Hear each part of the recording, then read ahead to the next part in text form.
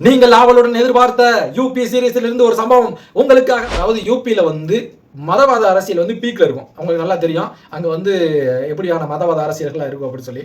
அதாவது அந்த அரசியல் டாபிக்குள்ளே போகல, அது கண்ட்ரவர்சியலுக்குள்ளே போகல. ஆனால் நடந்த ஒரு விஷயம் ரொம்ப மனசை பாதிக்கப்பட்டிருக்கு. அதாவது பாதிக்க வச்சிருச்சு.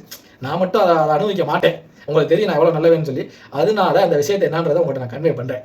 அதாவது யாதவ குலத்து நண்பர் ஒருத்தர்.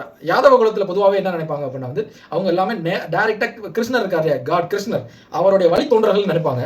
ஆனால் அவர் அந்த கம்யூனிட்டியை சேர்ந்த ஒரு நபருக்கு என்ன நடந்திருக்கு அப்படின்னா அவர் என்ன பண்ணியிருக்காரு அப்படின்னா பகவத்கீதை இருக்கு இல்லையா, அந்த பகவத்கீதை எடுத்துகிட்டு போய் ப்ரீச் பண்ணுறாரு, அதாவது போதிக்கிறார். பக்கத்தில் இருக்க அக்கம் பக்கத்தினருக்கு போதிக்கிறாரு.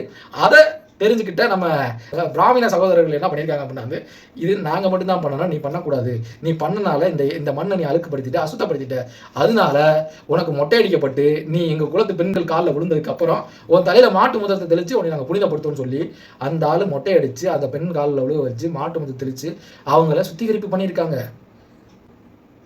அவங்க அடுத்து 10 வருஷத்துல யூபியோட நிலைமையெல்லாம் என்னன்றதை நீங்கள் யோசித்தே பார்க்க முடியும். ஏன்னா இந்தியா எக்கனாமி எப்படி கட்டமைக்கப்பட்டிருக்குன்னா rich get richer, poor get poor. இதுதான் அது. அவங்களோட நாலேஜை பேஸ் பண்ணி நான் என்னுடைய கணிப்பு என்ன அப்படின்னா சொல்லி முடிஞ்சு. ஸோ அதை சம்பவமாக நீங்கள் கடந்து போங்க. இல்லைன்னா அவங்கள ஹிந்தியில் பேசி அவங்கள நீங்கள் திருத்துறதுக்கு ட்ரை பண்ணுங்கள். இல்லைன்னா கமெண்ட் பண்ணுங்கள், ஃபாலோ பண்ணுங்கள். அடுத்து நிறைய யூபி சீரிஸ் வருது, அதை பார்ப்போம்.